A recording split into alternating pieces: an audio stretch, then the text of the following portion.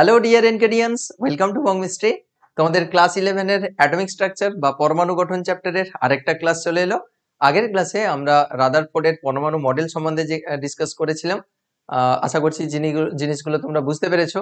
আজকের ক্লাসে এই রাদারফোর্ডের পরমাণু মডেলের কি কি ত্রুটি রয়েছে বা লিমিটেশন রয়েছে সেগুলো সম্বন্ধে ডিসকাস করব। তার সঙ্গে সঙ্গে আইসোটোপ, আইসোবার, আইসোডায়াফার, আইসোস্টার, আইসোটোন, এই সকল জিনিসগুলো নিয়ে আমরা ডিসকাস করবো। বেসিক জিনিস, কিন্তু কিছু জিনিস যেরকম আইসোস্টার, আইসোডায়াফার, এগুলো কিন্তু তোমাদের কাছে নতুন, এগুলো কম্পিটিটিভ এক্সামে আসে এগুলো।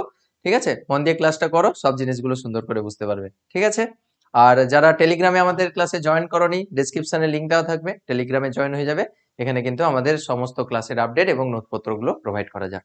তাহলে শুরু করা যাক ক্লাসটা, চলো।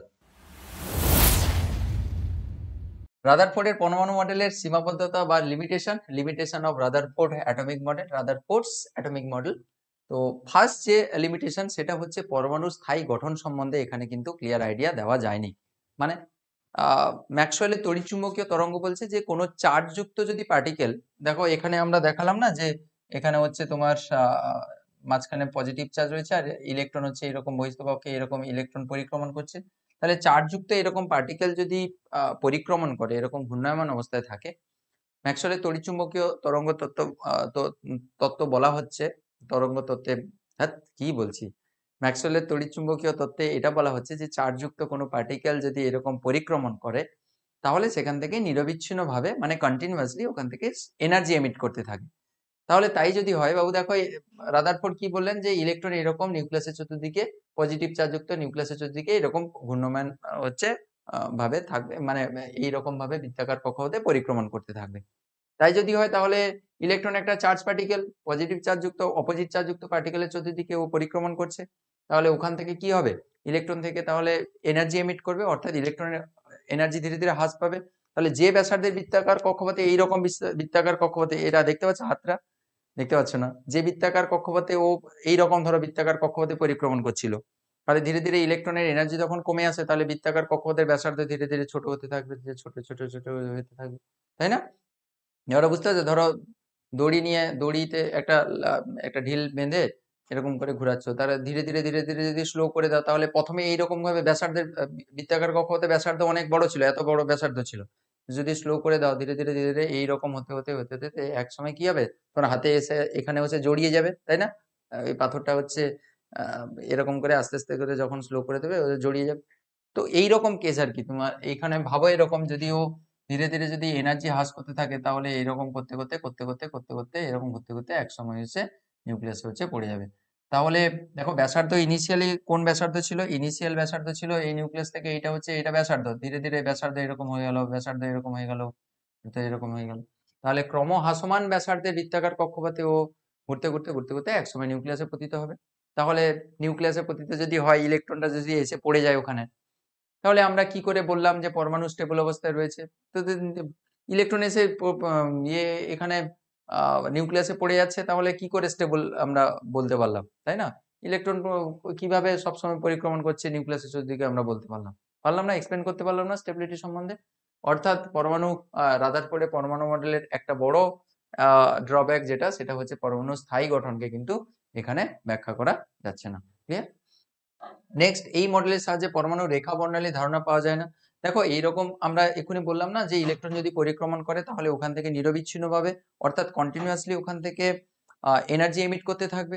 বাবু এটা সবসময় খেয়াল রাখবে, যদি কন্টিনিউয়াসলি যদি এনার্জি এমিট করতে থাকে তাহলে ওখান থেকে এনার্জি, এখানে কি তড়িৎচুম্বকীয় বিকিরণ হিসাবে ওই এনার্জিটা এমিট করছে, তাহলে ওইখানে যে বর্ণালী পাওয়া উচিত, যে স্পেকট্রাম পাওয়া উচিত, সেটা হচ্ছে নিরবিচ্ছিন্ন বা হচ্ছে কন্টিনিউয়াস স্পেকট্রাম পাওয়া উচিত, যেটাকে আমরা নিরবিচ্ছিন্ন বর্ণালী বলি। নিরবিচ্ছিন্ন বর্ণালী জিনিসটা কি অ্যাকচুয়ালি, আমরা তো পরে এটা নিয়ে ডিসকাস করব। এইরকম ধরো একটা কালারের ব্যান্ড আর কি, হ্যাঁ, এখানে সব ধরনের কালার রয়েছে, ভায়োলেট, বেনিয়া সহকলা আর কি, ভিবজিওরের যে কালার গুলো রয়েছে, প্রথমে এটাকে ভাবো যদি ভায়োলেট হয়, VIBG, VB, ব্লু, ব্লু কোথায়, এটা ধরো ব্লু ধরে নিলাম, VBG, গ্রিন, এরকম গ্রিন, GY, ইয়েলো, তারপরে হচ্ছে অরেঞ্জ, অরেঞ্জ নেই আমাদের, এই লোকাল অরেঞ্জ নিয়ে আমাদের চালিয়ে দিতে হবে, হ্যাঁ। পার্পল, যেগুলো আর কিছু নেই, পিঙ্ক টিং চালিয়ে দিচ্ছি।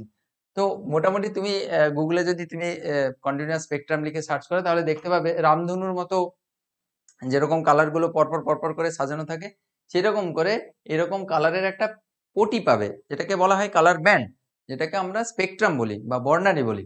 তো বেসিক্যালি কি হয়, যখন ওই যদি যদি রাদারফোর্ডের পরমাণু মডেল অনুযায়ী যদি ইলেকট্রন যদি এরকম পরিক্রমণ করে, তাহলে ওখান থেকে কন্টিনিউয়াসলি শক্তি বিকিরণ হচ্ছে, ইলেকট্রন শক্তি বিকিরণ করছে। তাহলে কন্টিনিউয়াসলি যদি শক্তি বিকিরণ হয়, কন্টিনিউয়াসলি যদি ওখান থেকে শক্তি বিকিরণ হয়, তাহলে যে ব্যান্ডটা পাওয়া উচিত, ওটা একটা কন্টিনিউয়াস ব্যান্ড পাওয়া উচিত, কন্টিনিউয়াস ব্যান্ড বা হচ্ছে নিরবিচ্ছিন্ন বর্ণালী পাওয়া উচিত, অর্থাৎ যেখানে কালারগুলো পরপর পরপর সাজানো থাকবে, কালারের মাঝখানে কোনো কালো গ্যাপ থাকবে না, এরকম কালো গ্যাপ এরকম যেন না থাকে, এরকম কালো গ্যাপ যেন এখানে মাঝখানে না থাকে, এরকম গ্যাপ যেন না থাকে।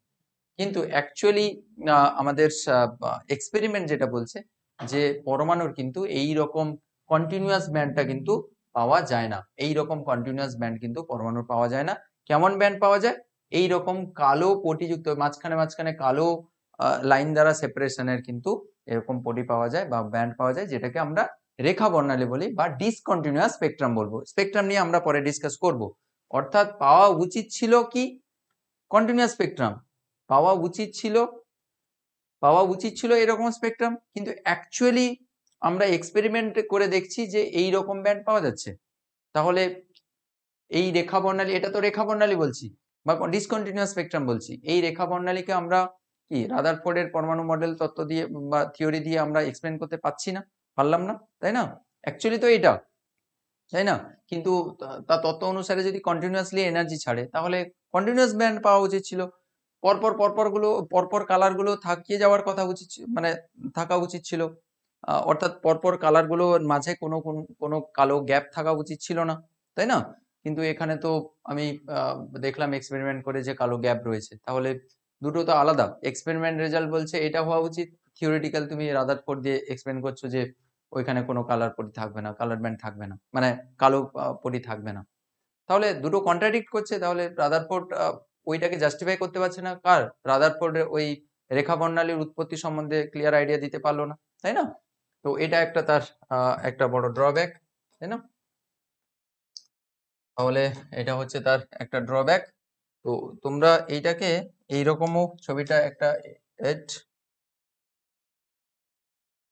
ছবি তোমরা এটাকে, এটা হচ্ছে কন্টিনিউয়াস ব্যান্ড আর একটা ডিসকন্টিনিউয়াস ব্যান্ড এখানে এঁকে রাখতে পারো কালো পটি দিয়ে, ঠিক আছে? এটা হচ্ছে কন্টিনিউয়াস বা হচ্ছে নিরবিচ্ছিন্ন বর্ণালী, আর বিচ্ছিন্ন বর্ণালীতে কালো কালো মাঝখানে থাকবে, ঠিক আছে?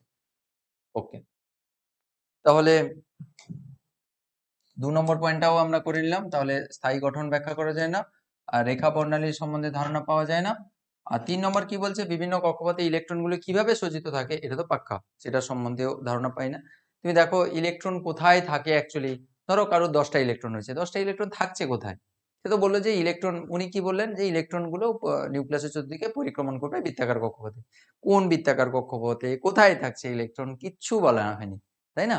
তাহলে ইলেকট্রন গুলো কিভাবে সজ্জিত রয়েছে সেই সম্বন্ধেও কোনো আইডিয়া দেওয়া হয়নি এখানে। আর রাদারফোর্ডের মতে ইলেকট্রন কক্ষপথ শুধুমাত্র বৃত্তাকার, তাহলে তিনি শুধুমাত্র বৃত্তাকার কক্ষপথের কথা বলেছিলেন। কিন্তু তোমরা পরের দিকে শিখবে যে বৃত্তাকার কক্ষপথ ছাড়াও কিন্তু ইলেকট্রন গুলো উপবৃত্তাকার কক্ষপথেও পরিক্রমণ করতে পারে, যার সম্বন্ধে কোনো আইডিয়া দেওয়া হয়নি। এই যে বলা হয়েছে যে কিন্তু ইলেকট্রনের উপবৃত্তাকার কক্ষপথ সম্বন্ধে এখানে কোনো আইডিয়া দেওয়া হয়নি, উপবৃত্তাকার কক্ষপথ সম্বন্ধে কোনো আইডিয়া দেওয়া হয়নি, শুধুমাত্র বৃত্তাকার কক্ষপথ সম্বন্ধে আইডিয়া দেওয়া হয়েছে, ঠিক আছে? নেক্সট পয়েন্ট যেটা, সেটা হচ্ছে আমাদের পরমাণুর ইলেকট্রনীয় কক্ষপথের ব্যাসার্ধ সম্বন্ধে, পরমাণুর ইলেকট্রনীয় কক্ষপথের ব্যাসার্ধ সম্বন্ধে কোনো ধারণা পাওয়া যায় না। দেখো ইলেকট্রন যে পরিক্রমণ করছে, ইলেকট্রন যে নিউক্লিয়াসের চতুর্দিকে পরিক্রমণ করছে, নিউক্লিয়াস থেকে তার দূরত্ব কত? মানে যদি তুমি ভাবো যে এটা হচ্ছে নিউক্লিয়াস, যদি তুমি এরকম ভাবো যে এটা হচ্ছে নিউক্লিয়াস, এটা হচ্ছে ইলেকট্রন গুলো এরকম পরিক্রমণ করছে, নিউক্লিয়াস থেকে এই ইলেকট্রনের দূরত্বই তো তার ব্যাসার্ধ, তাই না? এই ব্যাসার্ধ সম্বন্ধে কোনো আইডিয়া দেওয়া হয়নি কত ব্যাসার্ধ। এবং আরো একটা ব্যাপার, যে ইলেকট্রন যে সকল কক্ষপথে পরিক্রমণ করছে, ওই কক্ষপথগুলোর এনার্জি সম্বন্ধেও আমরা কোনো আইডিয়া পাইনি, যে ও ব্যাসার্ধ ওই যে বৃত্তাকার কক্ষপথগুলোর এনার্জি বা শক্তি কেমন হবে, তার গতিবেগ কেমন হবে, এগুলোর সম্বন্ধে কোনো আইডিয়া পাইনি। তো এই হচ্ছে আমাদের মোটামুটি রাদারফোর্ড যে পরমাণু মডেল, তার হচ্ছে ড্রব্যাক বা ত্রুটি। তো এগুলো আমরা পরে আবার একটা থিওরি নিয়ে আসবো, যেটাকে বোরের তত্ত্ব বলবো। সায়েন্টিস্ট নিলস বোর দ্বারা ওটা প্রপোজ করা হয়েছে। তো বোরের থিওরি দিয়ে আমরা কিন্তু এই ড্রব্যাক গুলোকে রেকটিফাই করার চেষ্টা করবো। সেখানেও কিছু ত্রুটি থাকবে, তারপরে আবার একটা থিওরি দিয়ে আমরা রেকটিফাই করব। ঠিক আছে? তো এই হচ্ছে আমাদের এখানকার গল্প, যে রাদারফোর্ডের পরমাণু মডেলের ত্রুটি। ঠিক আছে? নেক্সট আমরা ছোট ছোট কতগুলো সেকশন রয়েছে, সেগুলো আমরা আস্তে আস্তে করে কভার করব। ফার্স্ট যেটা রয়েছে সেটা হচ্ছে পারমাণবিক সংখ্যা বা অ্যাটমিক নাম্বার। এটা সম্বন্ধে আমরা একটু ডিসকাস করব। অ্যাটমিক নাম্বার বা হচ্ছে পারমাণবিক সংখ্যা। ঠিক আছে? এটা কি জিনিস ছোটবেলা থেকে তোমরা পড়ছো, মানে ছোটবেলা বলতে 9-10 থেকে তোমরা এটা শিখছো, যে পরমাণুতে যতগুলো প্রোটন থাকে সেটাই হচ্ছে তার পারমাণবিক ক্রমাঙ্ক। এবং সেটাই হচ্ছে তার মূলগত ধর্মকে ডিফাইন করে। একটা পরমাণুর ক্যারেক্টার কেমন হবে সেটা কে ডিফাইন করে? এটা যদি অ্যাটম হয়, তার অ্যাটমিক নাম্বার আমরা জেড ধরে নিই যদি, তাহলে এই জেড জেড হচ্ছে তার ইলেকট্রন সংখ্যা, এটা হচ্ছে তার ইলেকট্রন সংখ্যা এবং হচ্ছে তার প্রোটন সংখ্যা। তাহলে এই জেডই হচ্ছে তার প্রোটন সংখ্যা, এই জেডই হচ্ছে তার, এইটা হচ্ছে তার প্রোটন সংখ্যা, এটাই হচ্ছে তার প্রোটন সংখ্যা, এটা হচ্ছে তার প্রোটন সংখ্যা। আর এখানে যেটা থাকে এটা হচ্ছে তার ভর সংখ্যা। এখানে কিছু দেওয়া রয়েছে, এইখানে যেটা থাকবে এইটা হচ্ছে তার ভর সংখ্যা। ঠিক আছে? এটা হচ্ছে তার ভর সংখ্যা। আর তোমাদের তো একটু আগে বললাম যে প্রোটন সংখ্যা যা হয়, এটা হচ্ছে তার ইলেকট্রন সংখ্যাও তাই হয়।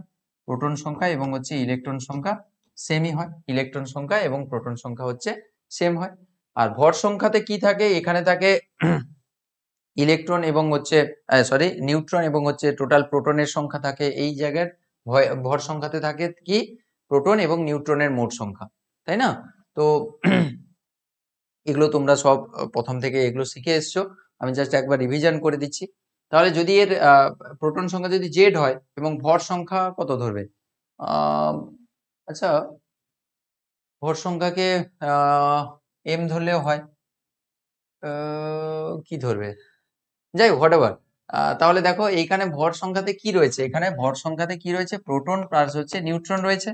আর এখানে হচ্ছে জেড মানে হচ্ছে শুধু প্রোটন রয়েছে এখানে। তাহলে যদি তুমি নিউট্রন সংখ্যা বের করতে চাও, তাহলে নিউট্রন সংখ্যা সমান কি হবে গো? টোটাল ভর সংখ্যা, টোটাল হচ্ছে ভর সংখ্যা, ভর সংখ্যা মাইনাস হচ্ছে ভর সংখ্যা মাইনাস হচ্ছে পারমাণবিক ক্রমাঙ্ক জেড। এটা করলেই চলে আসবে পারমাণবিক ক্রমাঙ্ক জেড, মানে এটাই তো প্রোটন সংখ্যা। ভর সংখ্যার মধ্যে কি রয়েছে? প্রোটন প্লাস নিউট্রন রয়েছে। আর তুমি যদি প্রোটন সংখ্যা বিয়োগ করে দাও তাহলে নিউট্রন সংখ্যা তুমি পেয়ে যাবে, তাই না? তো এগুলো তোমরা ছোটবেলায় সব শিখেছো, তোমরা যখন শৈশবে যখন পড়াশোনা করতে, তাই না?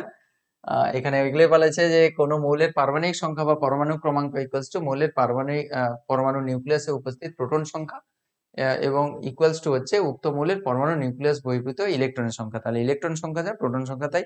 তো একটু তোমাদের বলে রাখবো যে পরমাণুর যে সমস্ত ক্যারেক্টার, পরমাণুর ক্যারেক্টার কেমন হবে সেটা হচ্ছে কে ডিফাইন করে? সেটা ডিফাইন করে কিন্তু প্রোটন। প্রোটনই হচ্ছে তার মূলগত ধর্ম, তাই না? প্রোটন সংখ্যা চেঞ্জ হয়ে গেলে সেই মৌল, ধরো অক্সিজেনের প্রোটন সংখ্যা কত? 8, ইলেকট্রন সংখ্যাও 8। তো যদি তার প্রোটন সংখ্যা ধরো সাপোজ 8 এর বদলে 9 করে দেওয়া হয়, তখন সে আর অক্সিজেন থাকবে না, সে তখন ফ্লুরিন হয়ে যাবে, তাই না? তো প্রোটন সংখ্যাই হচ্ছে সমস্ত ধর্মের নিয়ন্ত্রক, তাই না? তো এটা একটু তোমাদের খেয়াল রাখতে হবে, প্রোটন সংখ্যা হচ্ছে সমস্ত ধর্মের নিয়ন্ত্রক। আচ্ছা, এগুলো তো নোট করার জন্য তোমাদের কোনো অসুবিধা হবে না, তোমাদের পিডিএফ তো পেয়ে যাবে, এই সকল পিডিএফ তো তোমরা পেয়ে যাবে পরে। নেক্সট আর কিছু জিনিস দেখবো, সেটা হচ্ছে ফার্স্ট আমরা দেখলাম অ্যাটমিক নাম্বার বা পারমাণবিক ক্রমাঙ্ক। এরপরে আমরা যেটা দেখবো যেটা হচ্ছে ভর সংখ্যা বা মাস নাম্বার। অলরেডি আমরা এক্ষুনি ডিসকাস করলাম যে ভর সংখ্যা এ, দেখো এখানে ভর সংখ্যা এ ধরে নিয়েছে, ভর সংখ্যা এ সমান হবে প্রোটন সংখ্যা প্লাস নিউট্রন সংখ্যা। এতক্ষণ আমরা ডিসকাস করছিলাম প্রোটন সংখ্যা মানে হচ্ছে পারমাণবিক ক্রমাঙ্ক, আর নিউট্রন সংখ্যা হচ্ছে নিউট্রন সংখ্যা অ্যাজ ইট ইজ রাখা হয়েছে। তো এটা খেয়াল রাখবে, প্রোটন সংখ্যা যেটা সেটা হচ্ছে পারমাণবিক ক্রমাঙ্ক। পারমাণবিক ক্রমাঙ্ক কোনটা?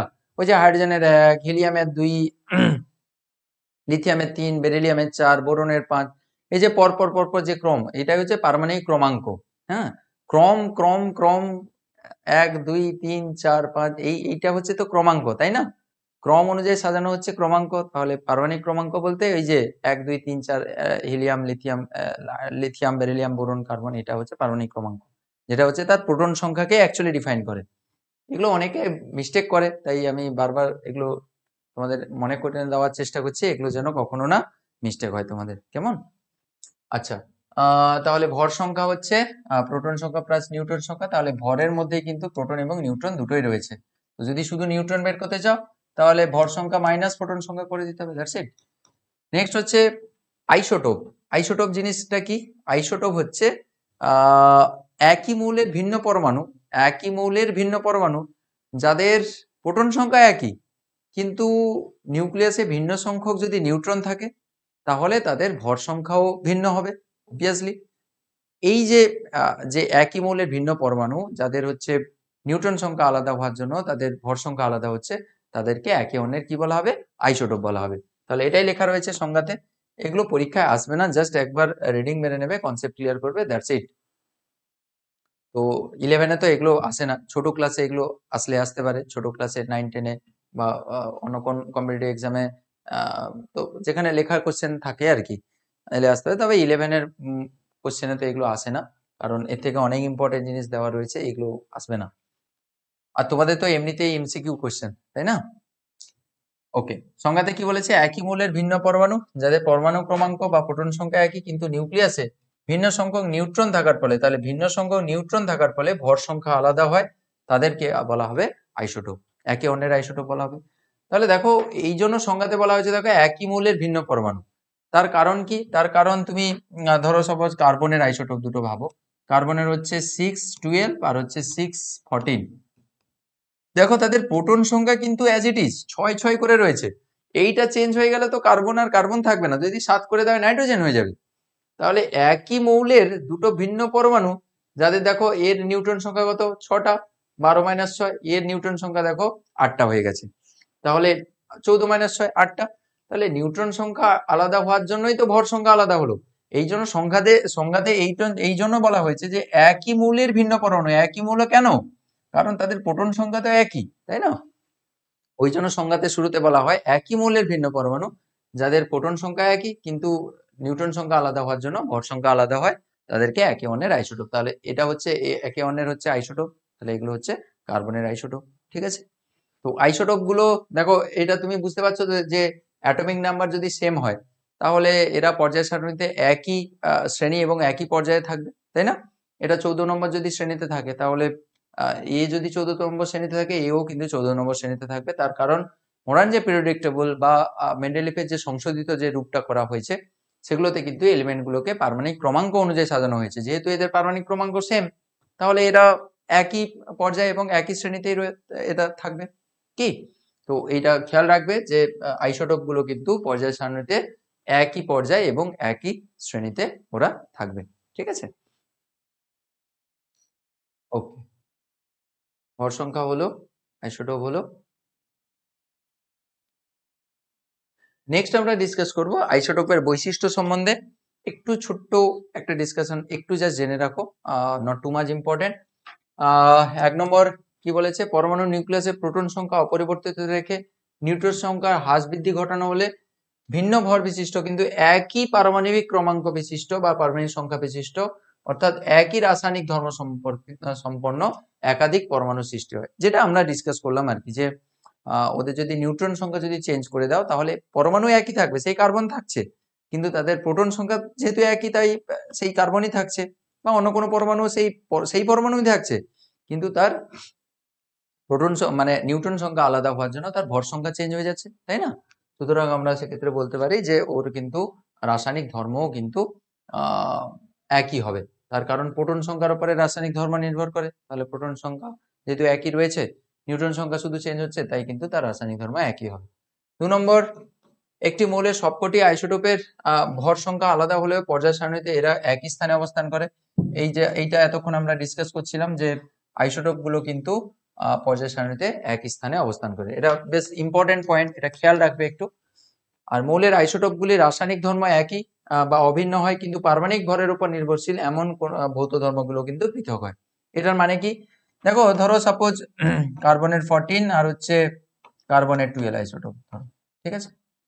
দেখো দুজনেই কার্বন, তাহলে এদের কিন্তু রাসায়নিক ধর্ম একই রকম হবে। কার্বন যে ধরনের রিয়াকশন করা উচিত সেই ধরনের রিয়াকশনই করবে, বা নাইট্রোজেন যে ধরনের রিয়াকশন করা উচিত তারা করবে।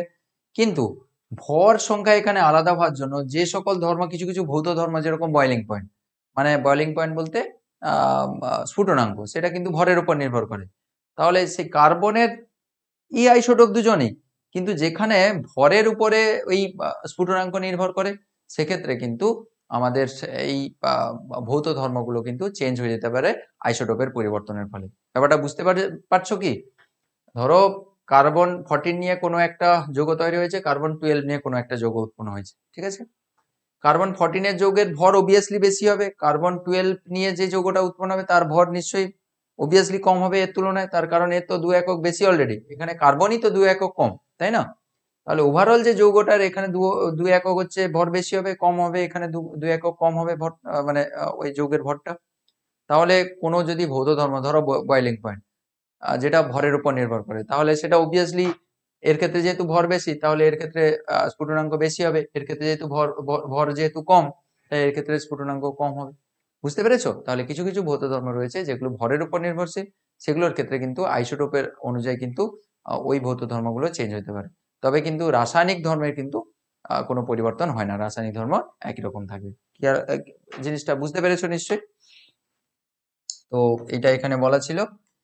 নেক্সট হচ্ছে আইসোটোপ গুলি তেজস্ক্রিয় বা অতেজস্ক্রিয় দুই হতে পারে, এটাও খেয়াল রাখবে যে আইসোটোপ মানেই তেজস্ক্রিয় হবে, এটা কিন্তু ভুল ধারণা। আইসোটোপ তেজস্ক্রিয় হতে পারে, অতেজস্ক্রিয় হতে পারে, ঠিক আছে? নন রেডিও অ্যাক্টিভ হতে পারে, ঠিক আছে? নেক্সট, প্রথমে শুধুমাত্র তেজস্ক্রিয় মৌলের আইসোটোপ সম্বন্ধে জানা গেলেও বর্তমানে জানা গেছে যে অধিকাংশ প্রাকৃতিক মৌলেরই আইসোটোপ রয়েছে। তাহলে প্রাকৃতিক মৌলেরও কিন্তু আইসোটোপ রয়েছে। আগে কিন্তু জানা গেছিল যে শুধুমাত্র তেজস্ক্রিয় মৌলের আইসোটোপ থাকে, কিন্তু এখন প্রাকৃতিক মৌলেরও কিন্তু আইসোটোপ আমরা দেখতে পাবো, ঠিক আছে? ওকে, তো এই ছিল আইসোটোপের আমাদের একটা গুরুত্বপূর্ণ বৈশিষ্ট্য, একবার জাস্ট গো থ্রু করবে জিনিসটা, ঠিক আছে? নেক্সট, এখানে হাইড্রোজেন, হিলিয়াম, কার্বন, ক্লোরিন, এদের কিছু আমরা আইসোটোপ এখানে হচ্ছে লিস্ট আউট করেছি। তো জাস্ট একবার দেখার জন্য, জাস্ট মুখস্থ না করলেও করতে পারো, একটু দেখে রাখবে জিনিসগুলো। হাইড্রোজেনের যেরকম কতগুলো আইসোটোপ রয়েছে, সাধারণ হাইড্রোজেন যেটাকে আমরা প্রোটিয়াম বলি, H11, আর একটা হচ্ছে ভারী হাইড্রোজেন যেটাকে H21 বলি, যেটাকে আমরা ডয়টেরিয়াম বলি, ডি দিয়েও সিগনিফাই করতে পারি। খেয়াল রাখবে পরে বহু জায়গায় অর্গানিক কেমিস্ট্রি আমরা ইউজ করব, ডি মানে deuterium, D for Dadagiri D নয়, ঠিক আছে? ডি ফর হচ্ছে ডয়টেরিয়াম, ডি ফর নট দাদাগিরি, ঠিক আছে? তো ডি ফর হচ্ছে ডয়টেরিয়াম, ভারী জল। জাস্ট তার দেখো ভর সংখ্যা শুধু এক একক বেড়ে গেছে, প্রোটন সংখ্যা একই, ওই জন্য তো হাইড্রোজেন বলছি দুজনকে, তাই না? প্রোটন সংখ্যা একই থাকলে তো সেম মৌল। আর একটা হচ্ছে ট্রিটিয়াম বা ট্রাইট্রিয়ামও বলি, জাস্ট এটার হচ্ছে ভর সংখ্যা এর থেকে একটা বেড়ে গেছে। তাহলে বলতে পারো এই যে প্রোটিয়াম, এই যে ডয়টেরিয়াম আর হচ্ছে ট্রাইট্রিয়াম, এগুলো সব অ্যাটমিক নাম্বার একই, এরা হচ্ছে ভর সংখ্যা হচ্ছে এর 1, এর হচ্ছে 2, এর 3। এরা বলতে পারো যে একই ফ্যামিলির তিনজন হচ্ছে ভাই আর কি, এ ছোট ভাই, এ মেজো ভাই, এ হচ্ছে বড় ভাই, ঠিক আছে?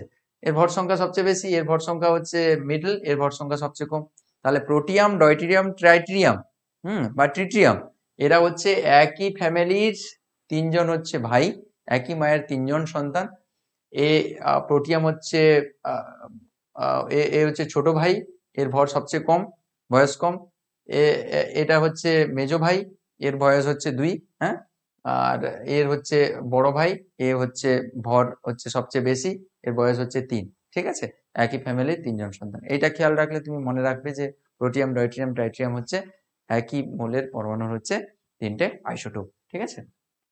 ট্রাইট্রিয়ামকে, ট্রিটিয়াম হচ্ছে তেজস্ক্রিয় মৌল, এটা খেয়াল রাখবে, এটাকে টি দিয়ে সিগনিফাই করা যায়। আর হিলিয়ামের দুটো আইসোটোপ রয়েছে, হিলিয়াম হিলা দেঙ্গে, হ্যাঁ, তোড় দেঙ্গে।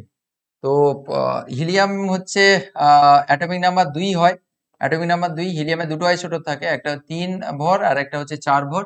তো হিলিয়ামে দুটো আইসোটোপ খেয়াল রাখবে, কার্বনের হচ্ছে দুটো আইসোটোপ, একটা 14, এটা হচ্ছে হিলিয়ামে, কার্বনের হচ্ছে 3টে আইসোটোপ থাকে, একটা 12, 6, কিন্তু সবার 6 অ্যাটমিক নাম্বার, না হলে কার্বন হবে কি করে?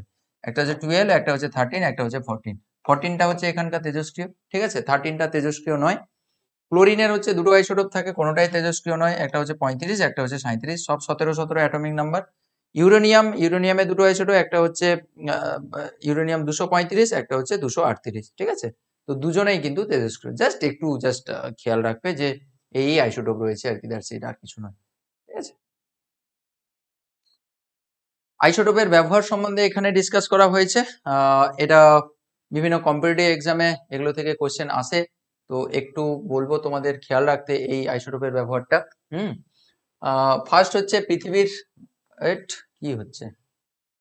পৃথিবীর বয়স বা জীবাশ্মের বয়স, প্রাচীন গাছের বয়স, ঐতিহাসিক বস্তুর ইত্যাদি বয়স নির্ণয় করার জন্য কার্বনের তেজস্ক্রিয় আইসোটোপ ব্যবহার করা হয়। তাহলে কার্বনের তেজস্ক্রিয় আইসোটোপ ইউজ করে কিন্তু এই পৃথিবীর বয়স, জীবাশ্মের বয়স, প্রাচীন গাছের বয়স, হ্যাঁ, আর হচ্ছে ঐতিহাসিক বস্তুর প্রত্নতাত্ত্বিক যে নিদর্শনগুলো রয়েছে ওদের বয়স নির্ণয় করা যায়। এবং অনেক ক্ষেত্রেই কিন্তু একদম প্রায় অ্যাকুরেট কিন্তু আমরা এজটা আমরা পেয়ে যাই। তো তার বিভিন্ন ক্যালকুলেশন রয়েছে, উঁচু ক্লাসে এগুলো ডিসকাস করা হয়। এটা তোমরা জাস্ট জেনে রাখো। এবং এখানে আমি তোমাদের দেখে নিচ্ছি যে যদি স্পেসিফিক কোন আইসোটোপটাকে ইউজ করা হয়, তোমরা খেয়াল রাখবে C14 আইসোটোপকে ইউজ করা হয়। C14 এটা ব্যবহৃত হয়, এটা একটু লিখে রাখতে পারো, ব্যবহৃত হয়। এই আইসোটোপটা হচ্ছে স্পেশালি ইউজ করা হয়। 2 নম্বর, ক্যান্সার, টিউমার, গলগণ্ড রোগের চিকিৎসায় তেজস্ক্রিয় আইসোটোপ ব্যবহার করা হয়। এরও আমি স্পেসিফিক গুলো আমি বলে দিচ্ছি। Phosphorus 32, cobalt 60, I131। ফসফরাস 32 এগুলো কোনগুলো ইউজ করা হয়?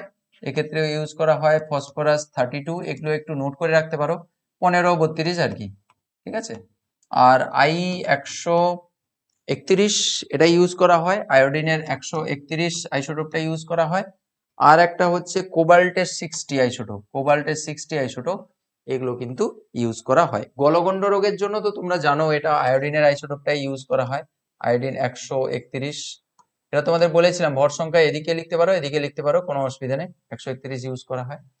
আর ক্যান্সার চিকিৎসায় কোবাল্ট ইউজ করা হয়। হ্যাঁ, ক্যান্সারে ফসফরাস, আর এটা হচ্ছে কোবাল্টটা হচ্ছে টিউমারের চিকিৎসা হচ্ছে কোবাল্টটা ইউজ করা হয়, ঠিক আছে। আর এটাতে ফসফরাস ইউজ করা হয়, ওই আইসোটোপ গুলো ইউজ করবে। তো খেয়াল রাখবে এইগুলো ডিরেক্টলি পরীক্ষায় কোশ্চেনে অনেক সময় দিয়ে দেয়, বিভিন্ন কম্পিটিটিভ এক্সামে, সো বি কেয়ারফুল। নেক্সট, আর এর কি ব্যবহার রয়েছে? রাসায়নিক বিক্রিয়া ক্রিয়া কৌশল জানতে তোমাদের যখন অর্গানিক কেমিস্ট্রি পড়ানো হবে, ক্লাস 12-এ যখন পড়ানো হবে, দেখানো হবে যে রাসায়নিক বিক্রিয়ার ক্রিয়া কৌশলের সময় কিভাবে আমরা এই তেজস্ক্রিয় আইসোটোপটাকে ইউজ করি। তেজস্ক্রিয় আইসোটোপকে ইউজ করে কিন্তু রাসায়নিক বিক্রিয়া কিভাবে হচ্ছে, কোন ধরনের বিক্রিয়ক কার সঙ্গে বিক্রিয়া করে বিক্রিয়াজাত পদার্থে পরিণত হচ্ছে, সেই সম্বন্ধে কিন্তু আমরা আইডিয়াটা পেতে পারি, ঠিক আছে।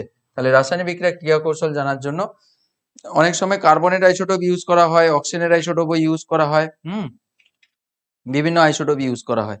তো এখানে আমি নোট করে দিচ্ছি, নাইট্রোজেন, অক্সিজেনের আইসোটোপও ইউজ করা হয়, অক্সিজেনের 18 আইসোটোপ ইউজ করা হয়, কার্বনের 14 আইসোটোপও অনেক সময় ইউজ করা হয়। আর নাইট্রোজেনের আইসোটোপও ইউজ করা হয়। নাইট্রোজেনের কোন আইসোটোপ বলো তো? নাইট্রোজেনের 15, নাইট্রোজেনের 15, কার্বনের হচ্ছে 13 আইসোটোপ আর কি, কার্বনের 13 আইসোটোপ ইউজ করা হয়, 14ও অনেক সময় ইউজ করা হয়। তো এই সকল আইসোটোপ গুলো ইউজ করা হয়। বিশেষ করে এইটা একটু বেশি ইম্পর্টেন্ট, এইটা খুব ভালো করে রাখবে, এইটাও করে রাখতে পারো। কৃষিকাজে তেজস্ক্রিয় আইসোটোপ ব্যবহার করে উদ্ভিদের বৃদ্ধি এবং রোগ সম্বন্ধে বিভিন্ন তথ্য সংগ্রহ করা হয়। তো এটাও একটা গুরুত্বপূর্ণ হচ্ছে আইসোটোপের ব্যবহার। তো এগুলো কিন্তু উঁচু ক্লাসে তুমি শিখবে যে কিভাবে এই তেজস্ক্রিয় আইসোটোপকে ইউজ করে বিভিন্ন মানে এই কৃষিকাজে এই উদ্ভিদের গ্রোথ সম্বন্ধে আমরা কিন্তু আইডিয়া পেতে পারি, ঠিক আছে। তো এই হচ্ছে এদের ব্যবহার। আর এখানে একটা লিস্ট দেওয়া রয়েছে, এই লিস্টে কি বলা হয়েছে বলতো, যে প্রাকৃতিক আইসোটোপ নেই এরূপ কিছু মৌলের এখানে লিস্ট দেওয়া রয়েছে, যে এই সকল মৌলের কিন্তু প্রাকৃতিক আইসোটোপ কোনো তুমি দেখতে পাবে না, ঠিক আছে।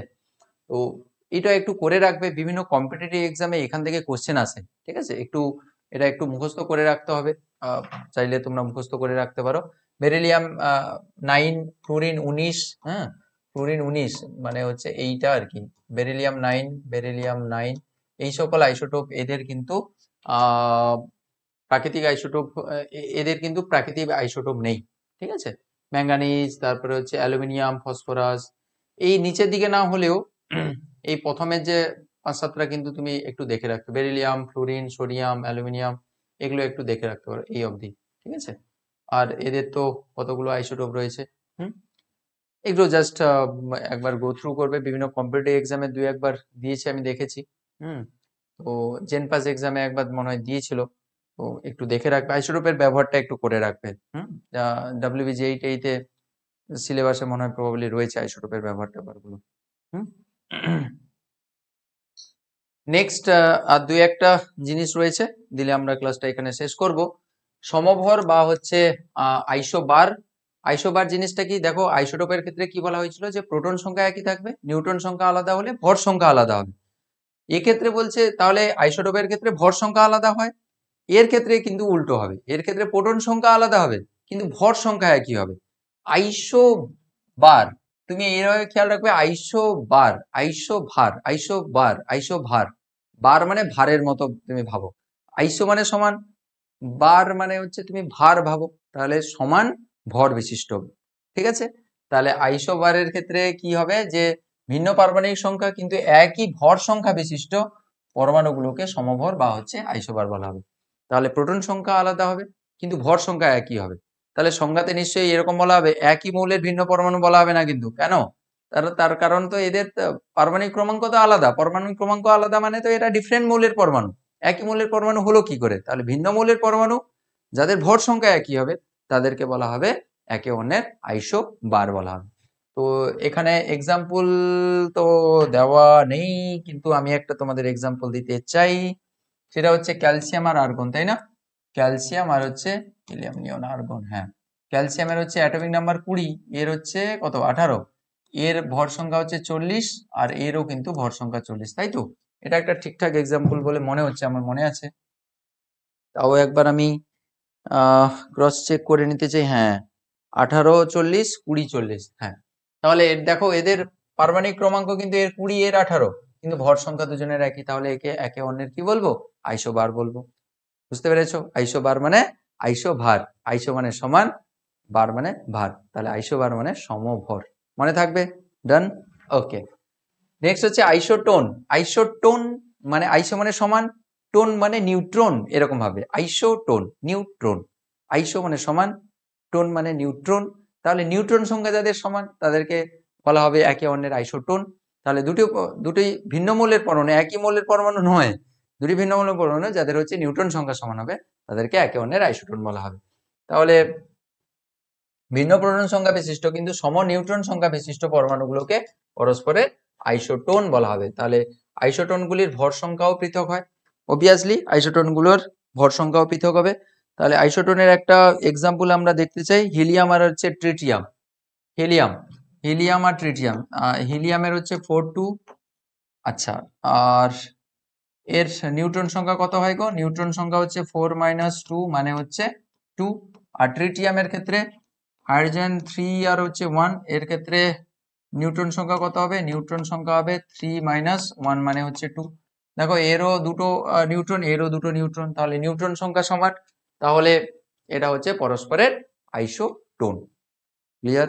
Isotone clear? Isotone neutron, neutron সংখ্যা সমান হলে আইসোটোন হবে, দ্যাটস ইট। নেক্সট হচ্ছে আইসোডায়াফার। এটা কিন্তু খুব ইম্পর্টেন্ট, আইসোডায়াফার পরীক্ষায় আসে বিভিন্ন কম্পিটিটিভ এক্সামে। যে পরমাণুগুলোতে নিউট্রন এবং প্রোটন সংখ্যার পার্থক্য সমান হবে, তাহলে নিউট্রন, এইটা শুধু মনে রাখলে হবে যে প্রোটন এবং নিউট্রন সংখ্যার পার্থক্য যাদের ক্ষেত্রে হচ্ছে সমান হবে তাদেরকে বলা হবে একে অন্যের আইসো ডায়াফার। দুটো এক্সাম্পল দেওয়া রয়েছে, এরকম এক্সাম্পল দেওয়া রয়েছে, দেখো এর ক্ষেত্রে প্রোটন সংখ্যা কোনটা? 92, এর ক্ষেত্রে প্রোটন সংখ্যা 90 লেখা রয়েছে, ওকে। নিউট্রন সংখ্যা কি করে পাবো? এদেরকে বিয়োগ করে দিতে হবে, এদের বিয়োগ করে দিলে নিউট্রন সংখ্যা পাবো, এর ক্ষেত্রে এটা, এর ক্ষেত্রে এটা। এবার তোমাকে বলেছে নিউট্রন প্রোটন সংখ্যার পার্থক্য, তাহলে নিউট্রন সংখ্যা মাইনাস প্রোটন সংখ্যা, এর ক্ষেত্রে নিউট্রন মাইনাস প্রোটন সংখ্যা করো, দেখো এর ক্ষেত্রেও 54, এর ক্ষেত্রেও 54।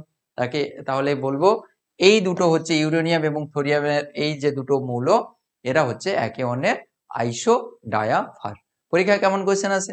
পরীক্ষায় এরকম 3-4টা মৌল দিয়ে দেবে, দিয়ে বলবে এ হচ্ছে বলবে এটা এটার হচ্ছে আইসোবার, এটা এটার হচ্ছে আইসোটোন, হ্যাঁ, এটা হচ্ছে আইসোডায়াফার, বলবে কোনটা সঠিক। বুঝতে পেরেছো? 4টা খানিক হচ্ছে মৌল দিয়ে দিবে, দিয়ে বলবে এ আর বি হচ্ছে পরস্পরের আইসোডায়াফার, এ আর সি হচ্ছে পরস্পরের আইসোবার, এ আর ডি হচ্ছে পরস্পরের আইসোটোন, এরকম করে রিলেশন দেবে। তোমাকে ডেফিনেশন তুমি যদি না জানো, তুমি যদি কনসেপ্টটা না ক্লিয়ার করো, তাহলে তুমি বলতে পারবে না যে কোনটা কার সঙ্গে কি রিলেশনে রয়েছে। ঠিক আছে, এটা হচ্ছে অ্যাকচুয়ালি খুব ইম্পর্টেন্ট আইসোডায়াপারটা। ঠিক আছে, লাস্ট এবং হচ্ছে আমাদের শেষ টপিক যেটা, সেটা হচ্ছে আইসোস্টার। আইসোস্টার আইসোস্টার আইসো মানে কি? আইসো মানে হচ্ছে সমান। তাহলে আইসোস্টার কাদের বলা হবে? আইসোস্টার কিন্তু পরীক্ষা আসে, খুব ইম্পর্টেন্ট আইসোস্টারের এই কনসেপ্টটা। আইসোস্টার কাদের বলা হবে? যে যাদের পরমাণু সংখ্যা একই হবে এবং তাদের ইলেকট্রন সংখ্যাও যেন একই হয়। তাহলে আইসোস্টার হচ্ছে সেই সকল স্পিসিস যাদের পরমাণু সংখ্যা একই হবে এবং ইলেকট্রন সংখ্যাও একই হবে, তাদেরকে বলা হবে একে অন্যের আইসোস্টার। আইসোস্টার একই রকম পরমাণু সংখ্যা এবং হচ্ছে ইলেকট্রন সংখ্যা থাকবে। একটা এক্সাম্পল দিলে বুঝতে পারবে, CO2 ক্ষেত্রে আর NO2 ক্ষেত্রে। দেখো এর ক্ষেত্রে ইলেকট্রন সংখ্যা, আচ্ছা পরমাণু দুজনের কতগুলো রয়েছে গো? CO2 ক্ষেত্রে কার্বনের একটা পরমাণু, অক্সিজেনের দুটো পরমাণু, তাহলে 3টি পরমাণু। ওকে, 3টি পরমাণু, ঠিক আছে, 3টি পরমাণু। এর ক্ষেত্রে পরমাণু কটা? সেম, এরও 3টি পরমাণু। এর ইলেকট্রন সংখ্যা কত? ইলেকট্রন সংখ্যা, এর ইলেকট্রন, কার্বনের কটা ইলেকট্রন গো বাবু? কার্বনের হচ্ছে অ্যাটমিক নাম্বার কত? 6। অক্সিজেনের হচ্ছে অ্যাটমিক নাম্বার, দেখো এগুলো কিন্তু কখনো ভুল করবে না। কার্বনের অ্যাটমিক নাম্বার কত? কার্বন হচ্ছে 6 আর হচ্ছে 12, তাই না? তাহলে এটা তো অ্যাটমিক নাম্বার, এটাই তো তার ইলেকট্রন সংখ্যা, তাই না? অক্সিজেনের 8 আর হচ্ছে 16, 17, 18 হয়, তাহলে এটাই তো তার অ্যাটমিক নাম্বার, এটাই হচ্ছে তার ইলেকট্রন সংখ্যা বা প্রোটন সংখ্যা। তাহলে কার্বনের হচ্ছে 6 আর অক্সিজেন হচ্ছে দুটো রয়েছে, তাহলে এক একটার 8টা করে হলে দুটোর হচ্ছে 16, তাহলে 6 6 12, তাহলে 22টি ইলেকট্রন। N2 এর ক্ষেত্রে ইলেকট্রন কটা হবে? N2 এর ক্ষেত্রে ইলেকট্রন কটা হবে? নাইট্রোজেনের ইলেকট্রন কটা হয় গো? নাইট্রোজেন হচ্ছে 7, তাহলে 7টা হচ্ছে এর ইলেকট্রন এবং প্রোটনও হচ্ছে 7টা, তাহলে দুটো নাইট্রোজেন, তাহলে 7 7 14 প্লাস হচ্ছে একটা অক্সিজেন, অক্সিজেনের হচ্ছে 8টা, তাহলে 8 4 12, এর হচ্ছে 22টি ইলেকট্রন, তাহলে এরও 22টা ইলেকট্রন, এরও 22টা ইলেকট্রন, তাহলে ইলেকট্রন সংখ্যা সমান এবং পরমাণু সংখ্যা এরও 3টি, এরও 3টি, তাহলে এরা হচ্ছে পরস্পরের আইসোস্টার। ঠিক, তাহলে এইরা হচ্ছে আইসোস্টার। পরীক্ষার জন্য খুব ইম্পর্টেন্ট, এই আইসোস্টার থেকে কিন্তু পরীক্ষায় কোশ্চেন আসে। ঠিক আছে, তো আর কিছু না, আর কিছু নেই আপাতত, আমাদের শেষ হয়ে গেল। তো এই ছিল অ্যাটমিক স্ট্রাকচারের লেকচার 2। আশা করি জিনিসগুলো বুঝতে পেরেছো। যদি ভালো লাগে, যদি বুঝতে পেরেছো ঠিকঠাক করে, তাহলে একটা লাইক করে দেবে। আর অবশ্যই তোমার মতামতটা কমেন্ট সেকশনে জানাতে ভুলবে না। আর তোমাদের যাদের কেমিস্ট্রি বুঝতে অসুবিধা হচ্ছে, যাদের অফলাইন টিউশন থাকা সত্ত্বেও তোমাদের কেমিস্ট্রি বুঝতে অসুবিধা হচ্ছে, তোমাদের আমি বলবো যে আমাদের অনলাইনে ব্যাচ রয়েছে, B11 ব্যাচ, সেখানে তোমরা অনলাইনে আমার কাছে পড়াশোনা করতে পারো। যদি অনলাইন ব্যাচ সম্বন্ধে কিছু ডিটেল জানার থাকে, তাহলে কমেন্ট সেকশনে এবং ডেসক্রিপশনে আমাদের হেল্পলাইন নাম্বার দেওয়া থাকবে, সেখানে ফোন করে ফি স্ট্রাকচার, কখন পড়ানো হয়, কখন কি ক্লাস হয়, সমস্ত কিছু কিন্তু জেনে নিতে পারবে। অ্যাটমিক স্ট্রাকচারের আগের ভিডিওগুলো যদি না দেখে থাকো, তাহলে এইখানে ক্লিক করে কিন্তু দেখে নিতে পারো। থ্যাংক ইউ সো মাচ, পরের ভিডিওতে আবার দেখা হবে। চলো টাটা।